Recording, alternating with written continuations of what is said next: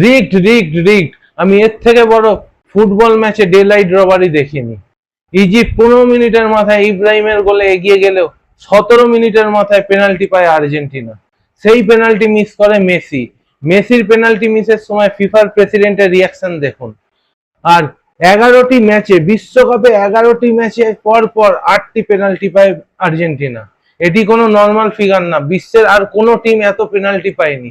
43 মিনিটের মাথায় ইজিপ্টের প্লেয়ারকে মুখে মারে মলিনা, সেটি ভিএআর চেক করলে ব্ল্যাক অ্যান্ড রেড কার্ড হয়, সেটি ভিএআর চেকই করেনি। 8 মিনিটের মাথায় ওয়ান অফ দ্য বেস্ট গোল দেয় ইজিপ্ট, কিন্তু সেই গোলটি বাতিল করে দেয় ভিএআর ফাউলের কারণে।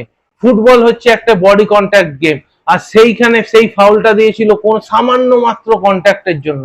ইজিপ্টকে যেভাবে আজকে হারানো হলো তা এক কথায় অবিশ্বাস্য। 67 মিনিটের মাথায় আবার গোল করে জিকো, সেই গোলটিও খুব সুন্দর একটি গোল করে ইজিপ্ট। 79 মিনিটের মাথায় রোমেরো একটি গোল করে আর্জেন্টিনাকে খেলায় ফেরায়। আর 83 মিনিটের মাথায় সেই মেসির গোলে ম্যাচ সমতায় ফেরে আর্জেন্টিনা। 90 মিনিটের মাথায় এনজো ফার্নান্ডেজ গোল করে এগিয়ে দেয় আর্জেন্টিনাকে। সেই গোলটি বিল্ড আপের সময় ইজিপ্টের প্লেয়ারকে বক্সে ফাউল করেছিল আর্জেন্টিনা প্লেয়াররা। ভিএআর চেক করলে এক কথায় চোখ বন্ধ করে পেনাল্টি দিত ইজিপ্টকে, কিন্তু ভিএআর কাজই করেনি। ভিএআর যেন আজকে নেমেছিল আর্জেন্টিনাকে ম্যাচ জেতানোর জন্য। ইজিপ্ট আজকে হারেনি, আজকে হেরে গেল ওয়ার্ল্ড ফুটবল। তারা হেরে গেল ফিফার ব্ল্যাটেন্ট করাপশনের এগেনস্টে।